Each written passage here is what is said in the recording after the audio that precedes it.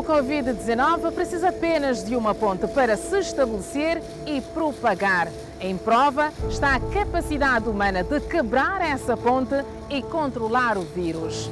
Diante desse grande desafio, várias são as perguntas. A mais proeminente é como evitar o contágio. Bem, a resposta é simples e do conhecimento de todos: não sair de casa. Algo que não tem sido possível por diversas razões. Daí, reformulo a minha pergunta. É possível sair de casa, evitar o contágio e controlar o vírus? A resposta é não, segundo os especialistas.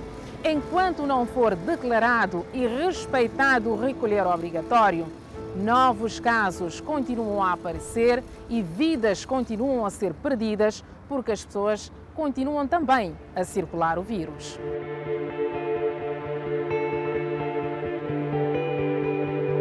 O bioma da Terra é em mais de 50% dominado por micro-organismos, entre eles os vírus. E isso significa que diariamente estamos expostos a milhares de diferentes vírus e bactérias. Não se alarme, os micro-organismos são os reis do universo, mas a sã convivência tem sido possível e continua a ser se cada um respeitar o seu devido espaço.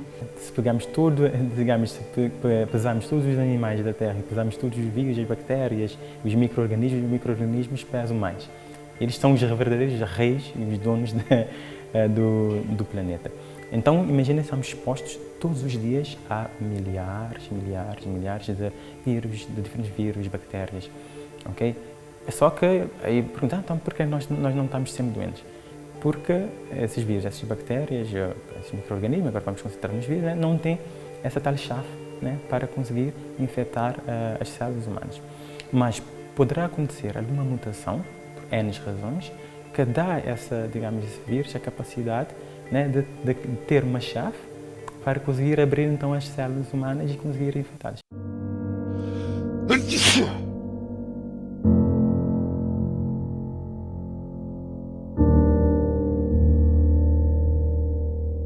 E foi exatamente o que aconteceu com o SARS-CoV-2, denominado Covid-19, um dos 7 tipos da família coronavírus conhecidos no planeta, e o que tem a maior capacidade de alastramento devido ao tempo de incubação que vai de 2 a 14 dias. Alguém forneceu a chave para que o SARS-CoV-2 entrasse na célula humana. Como qualquer vírus, né, que infecta qualquer tipo de célula, precisa de uma chave para abrir a fechadura, né, que está nas células humanas. E por alguma razão, né, esse vírus ganhou essa capacidade de conseguir, ter essa chave para abrir a fechadura das células humanas. Acredita-se que a origem disso tudo tem a ver com a forma como as pessoas lidaram com determinados animais na China, não é? Esse vírus conseguiu modificar-se, conseguiu ter mecanismos ali que lhe permitiu passar do animal para infectar o homem. Foi também a mesma coisa que aconteceu na altura da gripe A H1N1, no ano 2009. Foi praticamente também foi a mesma coisa que aconteceu. E quando isso acontece, precisa-se de poucos vírus para infectar uma pessoa, pois por cada partícula viral existem milhares de outras partículas que infectam mais células e mais pessoas, diz Hélio Rocha. Isso só prova o quanto estamos ligados e a velocidade com que o ser humano, que é o principal veículo de alastramento da doença, se move no mundo. Afinal, estamos diante da pandemia do Covid-19.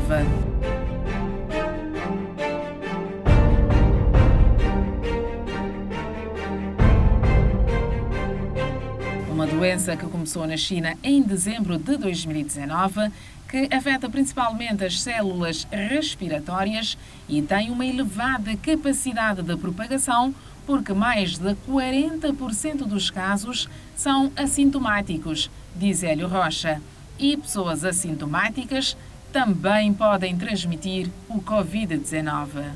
É um vírus que se transmite por via aérea, através de tosse ou espirro, ou fala, ou pessoas que têm secreções respiratórias, nomeadamente o catarro, ou pode estar também na saliva.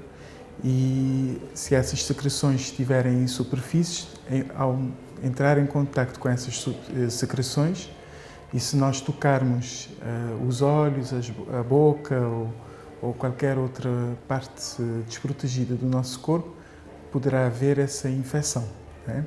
Uma vez que o vírus entra no nosso corpo, tem a preferência para determinados órgãos, nomeadamente o pulmão, e aí por isso é que vai dar sintomas respiratórios, né, como a tosse, a dificuldade para respirar, para além dos outros sintomas que podem surgir, como a febre, o mal-estar, sensação de fadiga, perda de apetite, que são também sintomas muito semelhantes a uma gripe comum. Então, como prevenir? As mãos, de uma forma geral, são os principais veículos de transmissão do Covid-19 e nós utilizamos as mãos para praticamente tudo. Daí a importância da lavagem regular das mãos com água e sabão e do uso do álcool gel. Não quer dizer que o vírus vá infectar as nossas mãos, mas elas ficam contaminadas e depois é que nós levamos o vírus para os olhos ou para a boca ou encostar em outra pessoa e aí, se for numa mucosa, esse vírus pode então infectar o nosso organismo. As mãos servem como um veículo. Mas com que frequência lavar as mãos? Atenção!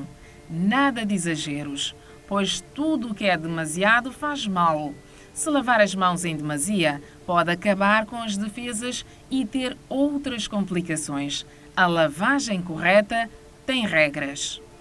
Nós pensamos que é razoável que de hora em hora a pessoa faça a higiene das suas mãos. Se não tiver água e sabão, que é aquilo que é recomendável e é o melhor para tirar a sujidade também, pode utilizar o álcool gel. Não é também lavar de qualquer forma, não é? Tem que lavar como deve ser, esfregar bem durante pelo menos 20 segundos, já garante que as mãos estejam limpas e o risco diminui consideravelmente. A prevenção começa a nível individual. É fundamental reforçar a higiene em casa, no trabalho e evitar o contacto pessoal nas ruas, desde cumprimentos até se afastar de locais onde há aglomeração de pessoas. Outra medida de prevenção importante é a limpeza das superfícies de contacto com uma solução à base de álcool, tanto os manípulos das portas, como as mesas, como os teclados de computador, os ratos também, enfim, tudo que pode ser utilizado e que possa constituir um risco para a transmissão dessa infecção.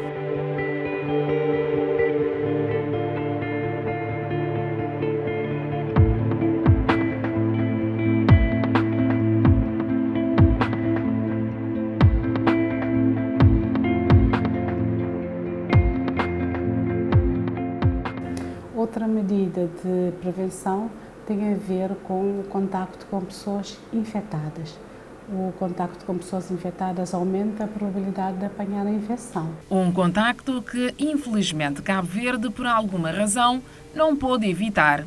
Entrou na lista dos países contaminados com o Covid-19 em março, 3 meses após o início do surto na China. Normalmente, qualquer agente patogénico não consegue atingir 100% de uma população, diz Hélio Rocha. Mas o mesmo adianta que qualquer cidadão que esteja em território infectado pode sim contrair o vírus. Entretanto, desde o início do Covid-19, a complicação mais severa tem sido observada em maior escala nas pessoas idosas ou nas que sofrem de algumas doenças crónicas. Daí se chegou à conclusão que esses são os grupos mais vulneráveis. Porque há muitos poucos casos, ou quase nenhum caso de criança infectada, mas quando olhamos para os casos mais letais e com complicações maiores, né, vemos que o grosso modo é a população idosa, pessoas com doenças crónicas né? Estamos a falar de pessoas com diabetes, pessoas com debilidade do sistema imunológico, essas pessoas que qualquer doença infecciosa realmente pode causar problema, não só o Covid-19, mas qualquer doença infecciosa que pega uma pessoa que tem uma doença crónica, que tem um sistema imunitário debilitado, pode realmente causar muitos problemas e às vezes, infelizmente, evoluir para óbito. Em Cabo Verde, a taxa da população idosa acima dos 65 anos ronda os 6%, que corresponde a 32.870 indivíduos, sendo mais de metade do sexo feminino. Os concelhos com maior percentagem são Ribeira Grande e Paúla, em Santo Antão, e Ribeira Brava, em São Nicolau, segundo os dados do INE, referentes ao ano de 2018. A luta pela preservação da vida e da saúde continua e o foco deve ser na prevenção. Redobre as medidas de higiene, fique em casa se puder, salve a sua vida e a do seu próximo.